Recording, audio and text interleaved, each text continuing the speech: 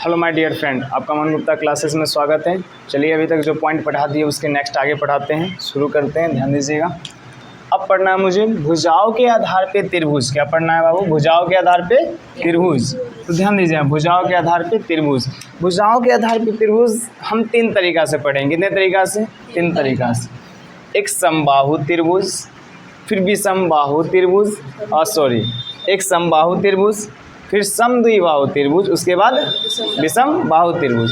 सबसे पहले समझिए समबाहु त्रिभुज होता है क्या। समबाहु त्रिभुज उसको बोलेंगे जिसका तीनों भुजा समान होगा, जिसका तीनों भुजा समान है। यहाँ देखो है ई वाला जो डिडीर देखता है ना, ई वाला डिडीर, ये सब जो लाइन देखता है, ये सब हुआ भुजा। ये सब क्या बोलेंगे? इसको क्या बोलेंगे? भुजा। समझो यहाँ ध्यान से, इसको क्या बोलेंगे? भुजा। जिसका तीनों भुजा बराबर होगा उसको बोलेंगे समबाहु त्रिभुज। जिसका तीनों भुजा बराबर होगा, जैसे मान लो ये 3 मीटर का है, 3 सेंटीमीटर, ये 3 सेंटीमीटर का होगा, ये भी 3 सेंटीमीटर, 3 मीटर देते हैं, ये भी 3 मीटर, ये भी 3, ये 3 है, ये 3 है, तीनों क्या होगा? 3-3 का होगा। जिसका तीनों भुजा बराबर, अगर यहाँ 5 होगा तो ये दोनों क्या होना चाहिए? 5। तो तीनों भुजा जब बराबर होगा तो उसको कौन त्रिभुज बोलेंगे? समबाहु त्रिभुज बोलेंगे। अब जिसका 2 भुजा बराबर होगा और 1 भुजा बराबर नहीं होगा, इसका समद्विबाहु बोलेंगे। क्या बोलेंगे? समद्विबाहु।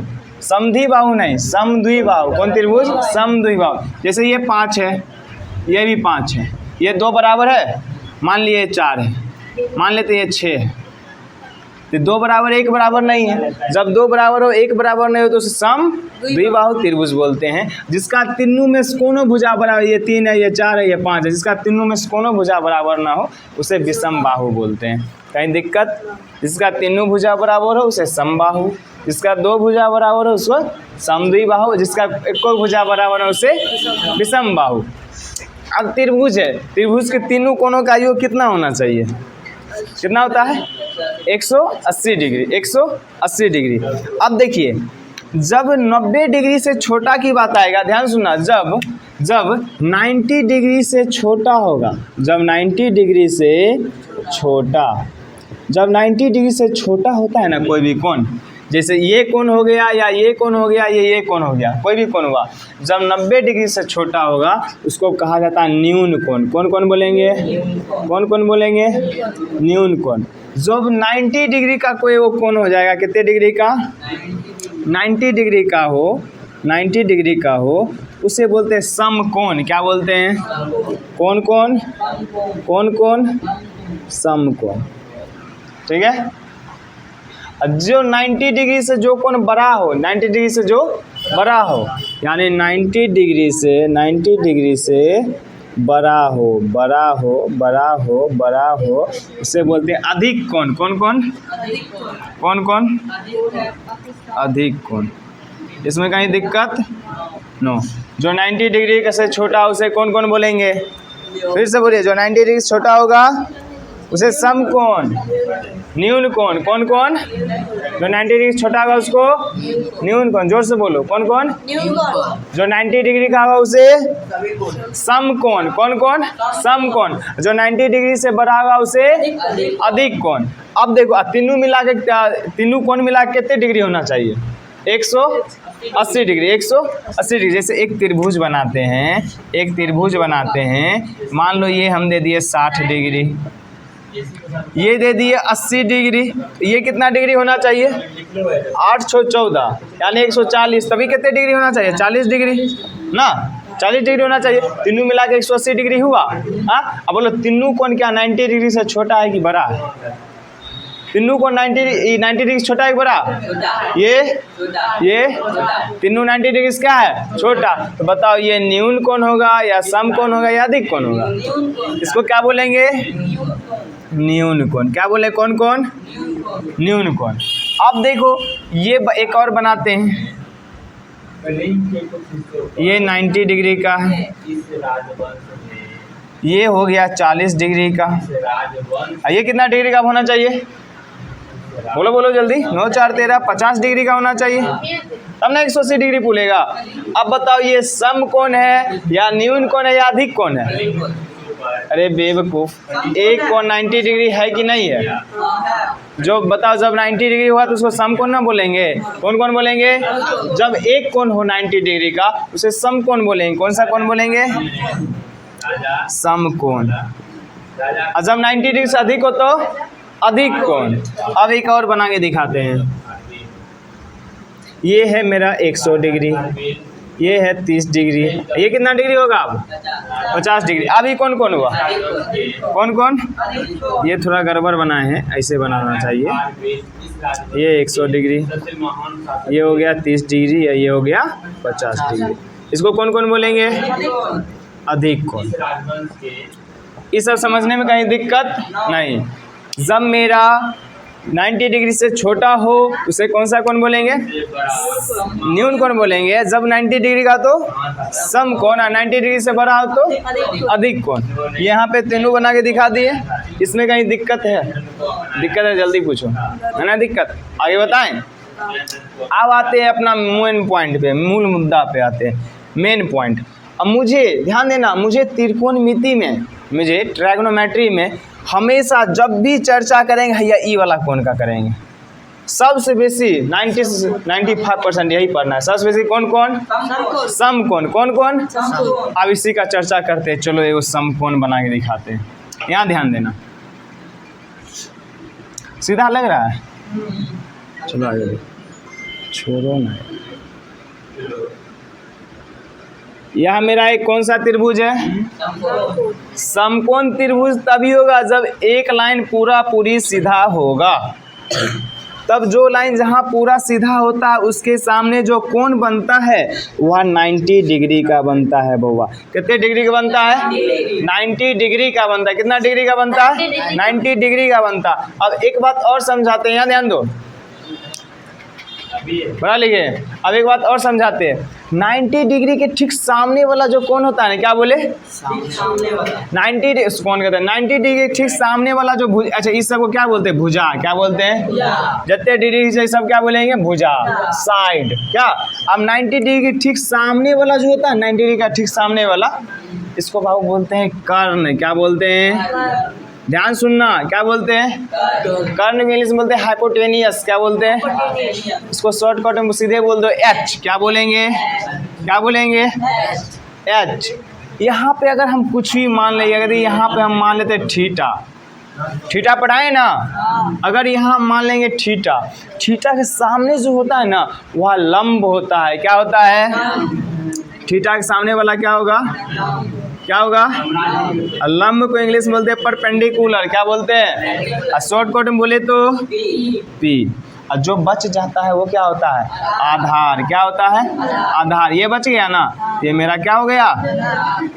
आधार। इसको शॉर्टकट में क्या बोलते हैं? बी। यदि यहाँ हम थीटा देते तो मेरा लंब क्या होता? ये होता, ये आधार। इससे क्या पता चला? कर्ण का मान, कर्ण का मान, इससे क्या पता चला? कर्ण जो होता है, कर्ण, कर्ण हमेशा फिक्स होता है। क्या होता है? कर्ण हमेशा क्या होता है? कर्ण का मान कभी बदलता नहीं है। और लंब आधार क्या होते रहता है? बदलते रहता है। लंब आधार क्या होते रहता है? बदलते रहता है। इसको यहाँ पे थीटा मानेंगे तो इसके सामने वाला लंब हो जाएगा, और जो बच जाएगा वो आधार हो जाएगा। अगर यहाँ थीटा माने तो ये सामने वाला क्या हो गया? लंबा, जो बच गया आधार हो गया।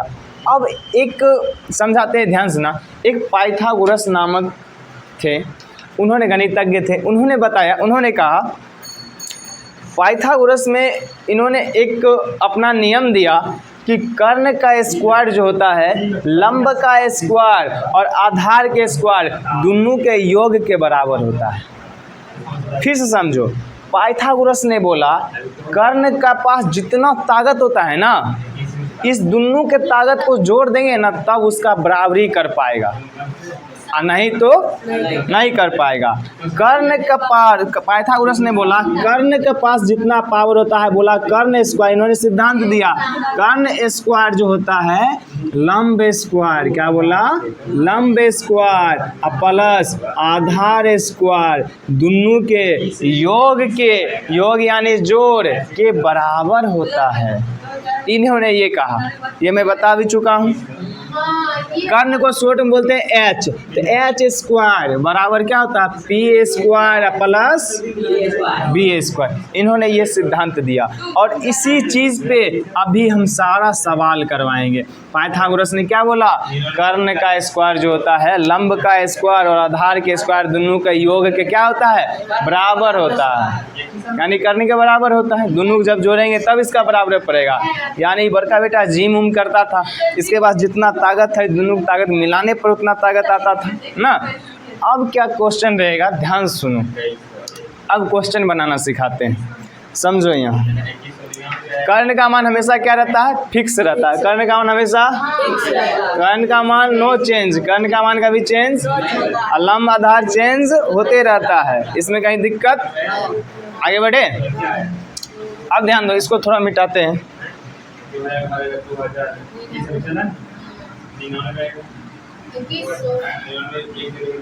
ये सब लिख लिए, लिख लीजिए। अब देखिए यहाँ एक चीज सिखाते हैं,